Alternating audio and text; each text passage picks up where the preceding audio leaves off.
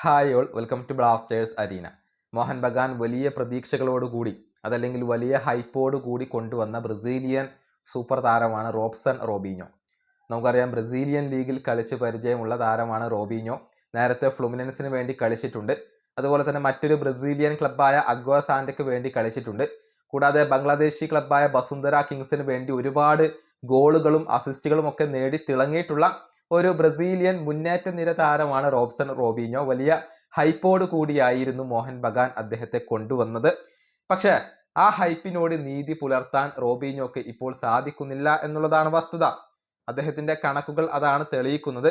അതായത് 3 സൗഹൃദ മത്സരങ്ങൾ ഇത്തവണ മോഹൻ ബഗാൻ കളിച്ചിരുന്നു. അതിൽ നിന്ന് ഒരു ഗോളോ അസിസ്റ്റോ സ്വന്തമാക്കാൻ അദ്ദേഹത്തിന് കഴിഞ്ഞിട്ടില്ല. ഡയമണ്ട് ഹാർബറിനെതിരെയുള്ള മത്സരത്തിൽ ഗോളോ അസിസ്റ്റോ നേടിയിട്ടില്ല. മോഹൻ ബഗാന്റെ റിസർവ് ടീമിനെതിരെയുള്ള മത്സരത്തിൽ അദ്ദേഹത്തിന് പുറത്തിരിക്കേണ്ടി വന്നു. അതുപോലെ തന്നെ BMSA എന്ന ടീമിനെതിരെ നടന്ന മത്സരത്തിൽ ഗോളോ അസിസ്റ്റോ നേടാൻ അദ്ദേഹത്തിന് കഴിഞ്ഞിട്ടില്ല.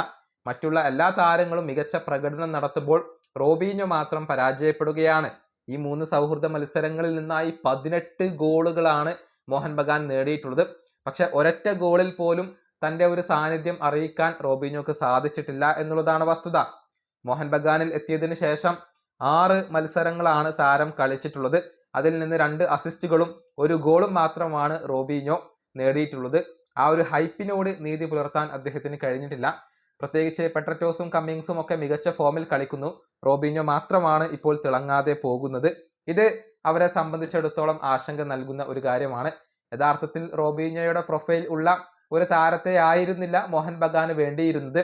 ഗ്രെഗ് സ്റ്റുവേർട്ട് ക്ലബ്ബ് വിട്ട സ്ഥാനത്തേക്കാണ് റോബീഞ്ഞോയെ കൊണ്ടുവന്നത്. ഒരു അറ്റാക്കിംഗ് മിഡ്ഫീൽഡറെ ആയിരുന്നു മോഹൻ ബഗാന് വേണ്ടിയിരുന്നത്. പകരമാണ് അവർ മുന്നേറ്റ നിരയിലേക്ക് ഒരു സ്ട്രൈക്കറെ കൊണ്ടുവന്നിട്ടുള്ളത്.